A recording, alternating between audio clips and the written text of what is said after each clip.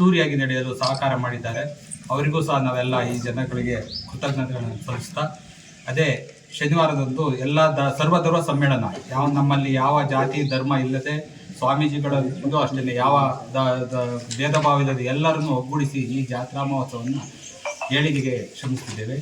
ಅದೇ ದಿನ ಶ್ರೀ ಸಿದ್ಧಗಂಗಾ ಹಾಸ್ಪಿಟಲಿಂದ ಏನು ಉಚಿತ ಆರೋಗ್ಯ ಶಿಬಿರವನ್ನು ಇಟ್ಕೊಂಡಿದ್ದಾರೆ. ಈ ಭಾಗದ ಸುತ್ತಮುತ್ತಲ ಏನು ಒಂದು ಬಡ ಜನ ಇದ್ದಾರೆ, ಅವ್ರಿಗೆ ಅನುಕೂಲವಾಗಲಿ ಅಂತೇಳಿ ಅದೊಂದು ಕಾರ್ಯಕ್ರಮವನ್ನು ನಡೆಸ್ತಾ ಇದ್ದೀವಿ.